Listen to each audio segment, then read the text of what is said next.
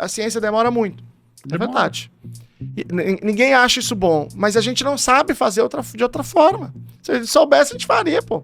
Não, mas a gente não sabe fazer de outra forma. A gente sabe fazer uma coisa que, infelizmente, é demorada, tem cheio de critério. Por quê? Porque a probabilidade do negócio não ser verdadeiro é muito grande. Então a gente tem que ser cuidadoso. Todo o tratamento, então, do espectro autista, eles são intervenções, digamos, comportamentais. Não existe medicação. Vou falar sobre isso que é importante. Vamos lá. Não existe nenhum medicamento com evidência para autismo. Nenhum. Tá. O que tem são 2 medicamentos que têm evidências para sintomas secundários em pessoas autistas. Tá. Esses medicamentos são risperidona e aripiprazol. Eles 2 têm evidência para 2 coisas: agressividade e irritabilidade. Só lembrando, eles não resolvem o problema, eles não tratam, eles reduzem só. Então eles têm um efeito sedativo, tá? CBD, essas coisas aí também não tem... Não, mas talvez a gente possa falar especificamente, porque esse é bem polêmico, precisa explicar bem, porque as pessoas deturpam muito em relação a isso. Então, esses 2 têm evidência para essas 2 coisas. Tá, então vamos fechar o parênteses e voltar pro... Irritabilidade e agressividade. Agora, para autismo, tem muitas coisas sendo testadas, muitas, até agora todas falharam, né? A que talvez não vá falhar, a que tá mostrando alguns sinais de que talvez possa apresentar alguma coisa, talvez seja o CBD, mas a gente já fala já. E existe também um hormônio, um suplemento hormonal que tem evidência também para pessoas autistas, que é a melatonina. A melatonina, ela é um hormônio que todos nós produzimos, principalmente em relação ao sol, e aí a gente ativa depois para dormir. Pessoas autistas, em geral, têm uma dificuldade na produção e na ativação da melatonina, então também tem evidência. Agora, vamos falar do CBD, porque é importante. O CBD é o canabidiol, né? É um extrato da maconha, e esse extrato, um extrato puro ali, que não tem o THC, e que existem motivos para crer, existe plausibilidade biológica, né? De que talvez ele tenha um efeito benéfico para pessoas autistas, né? E aí, houve algumas pesquisas que eram 2 pesquisas principalmente um cara chamado Aran. Uma pesquisa que a gente chama de uma pesquisa retrospectiva. Uma pesquisa que pegou um monte de pessoas que tinham tomado ou canabidiol ou com o THC e perguntou, pessoal, é o seguinte, vocês tomaram? Quem tomou, né? Qual o resultado que vocês tiveram? E aí ele anotou lá, e aí ele publicou, e os dados eram bem positivos, saiu na Nature e tal. Mas então, não é um nível de evidência alto. Mas não tem, não produz evidência porque é um estudo retrospectivo. Estudos retrospectivos não produzem essa evidência, né? E aí, houve um outro estudo que é Proof of Concept, prova de conceito. É um estudo pequeno que também não produz evidência, né? Dele também, que as pessoas compartilharam de uma maneira como se, agora acabou, a evidência está colocada aqui. Chama a cura. Exatamente. E esse estudo, ele tem 2 problemas. Ele tem vários problemas, mas assim, os principais quais são? Primeiro que ele é um estudo pequeno, que ele não era um estudo de fato que produzia evidência, é um estudo de nível 2, fase 2. Em estudo clínico a gente tem fase 1, 2 e 3 e tem a 4, mas 3 produz evidência, esse era 2. Portanto, ele não produzia, que é um grupo pequeno. E além disso, tem outros problemas. Primeiro que o pesquisador, tanto na outra pesquisa quanto nessa, né? Tá escrito lá embaixo, tem conflito de interesse, estava dizendo que que o estudo tinha sido financiado por uma indústria de canabidiol, que ele era funcionário dessa indústria. Não tem problema, o estudo pode ser publicado, ele colocou certinho no conflito de interesse, tá tudo certo. Só que você só considera com evidência se é um grupo independente que faz o estudo, não um grupo que está financiado pela empresa. Esse era o outro problema. Mas o outro problema também era o seguinte, de que o que deu o resultado foi com a THC, não sem THC. Caraca, o que é meio inesperado, né? Porque as outras coisas que têm evidência, normalmente é só o CBD. E nesse caso tem um fator especialmente preocupante, que é o seguinte, quando você pega a genética do autismo, a gente tem 1 milhão de coisas que a gente não sabe, muito mais do que o que a gente sabe, mas a gente sabe um tanto de coisa. Uma das coisas que a gente sabe e que está mais bem consolidado é que existe uma grande superposição genética com a esquizofrenia.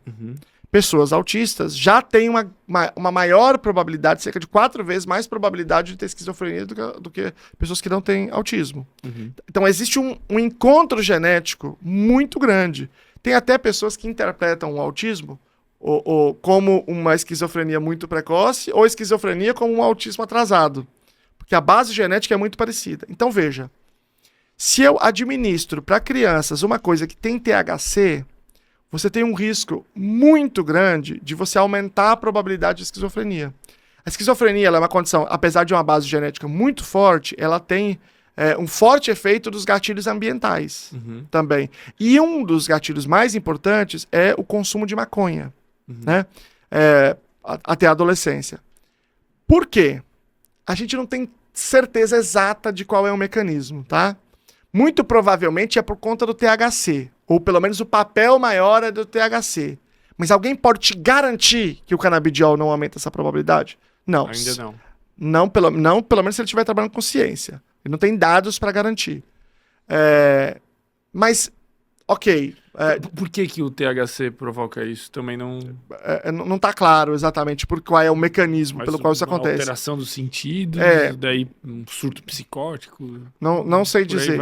É difícil, ainda não temos essa resposta. Mas, veja, se eu tenho um dado, ainda que seja um dado fase 2, que o canabidiol teve pouco efeito, ou com o THC que teve bastante efeito, teve efeito significativo, ainda não produz evidência, vamos passar para a fase 3, mas aí nós temos a outra pergunta. Será que essa administração não pode aumentar a probabilidade de esquizofrenia? É muito provável que sim, porque tem THC. No outro, só com canabidiol, é mais provável que não aumente, mas não é impossível. A gente tem que fazer isso com muita cautela, né? Então, o problema é que esse debate do canabidiol, ele tem pessoas que são fanatizadas. Que acham que maconha cura tudo. Tem os dois grupos. Tem um grupo que diz assim, maconha não, que eu sou, sei lá, sou conservador, sou de Cristo, sei lá, sou alguma coisa. Como se tivesse alguma coisa a ver com a outra. Ninguém tá falando de fumar, é outra coisa. Tô falando de cannabis medicinal, né? Ou canabidiol, que é um extrato. Ninguém tá falando aqui da discussão do uso recreativo. Aí é um outro problema que não tem nada a ver com esse debate. Então existe esse grupo que não quer olhar para as evidências que estão sendo produzidas em torno do canabidiol. Vou te dar um exemplo. Canabidiol tem evidência para epilepsia refratária, por exemplo, em casos de síndrome de Dravet.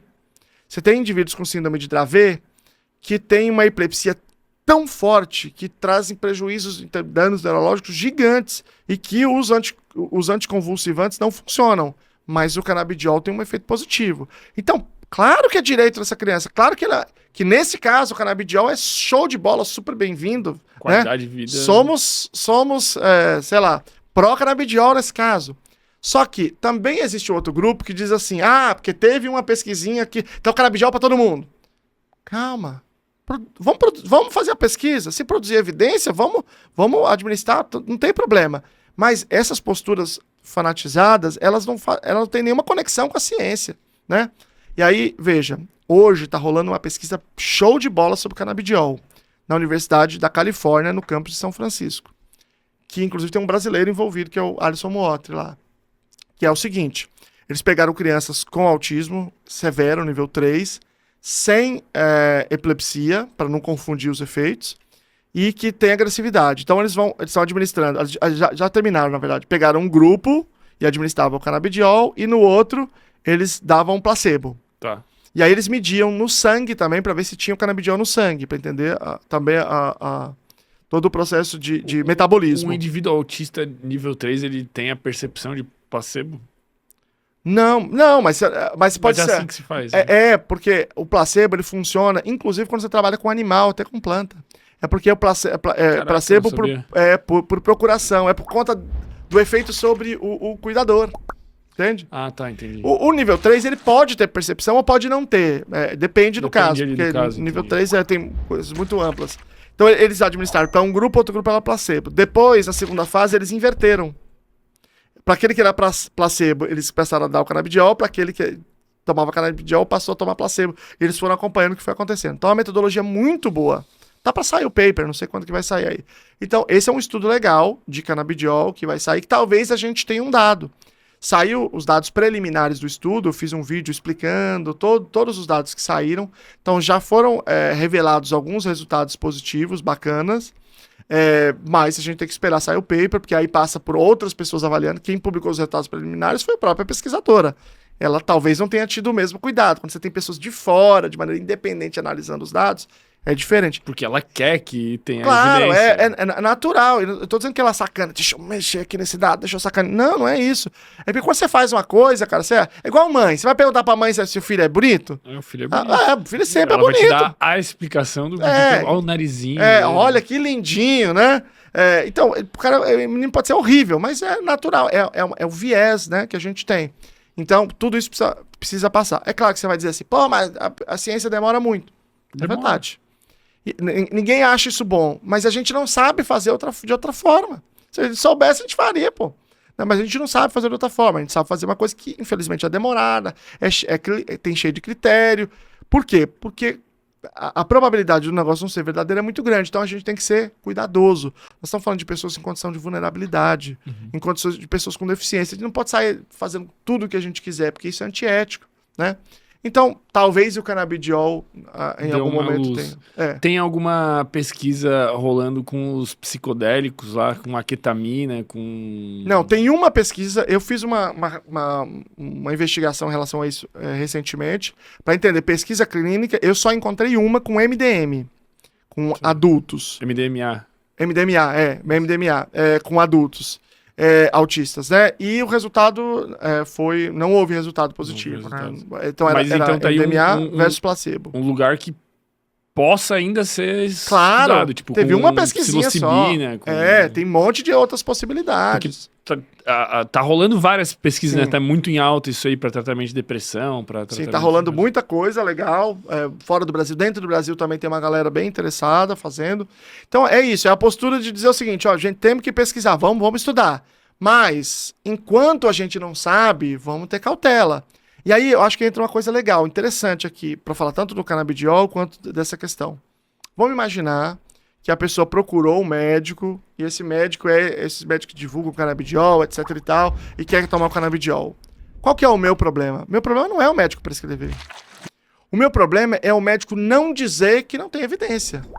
Se o médico disser assim, olha, eu acredito no canabidiol, não tem evidência ainda, eu com certeza, mas não tem evidência ainda, as pesquisas não concluíram. O que você quer fazer? E você escolhe tomar? Cara, eu não vejo problema. Mas ninguém faz isso. O problema é quando você não informa. Sabe por quê? Porque quando você vai no médico, você parte do pressuposto de que se ele prescrever para você, o que ele prescrever é porque teve alguma pesquisa que provou que aquilo funciona. Sim. Então, isso está implícita, é uma informação implícita na relação. Então, esse é o meu problema. E é por isso que eu faço o meu trabalho, e às vezes as pessoas ficam muito bravas, as pessoas que defendem certas coisas. Não, porque o canabidiol, você está falando isso por, sei lá, para a indústria farmacêutica, como se a indústria farmacêutica estivesse me dando dinheiro, sei lá, qualquer coisa assim. É porque eu estou dizendo, gente, eu estou dizendo que não tem evidência. Eu não estou dizendo que é para você tomar, nem que não é para você tomar. Você faz o que você quiser da sua vida. Mas que não tem. Agora, eu quero que você faça bem informado. Muito louco esse papo, né? Dá uma olhada no nosso canal, velho. A gente já teve com psicólogo, espírita, falamos sobre ayahuasca, psiquiatra, filósofo, tudo que é tipo de assunto tem no Sem Groselha, velho. Dá uma olhada.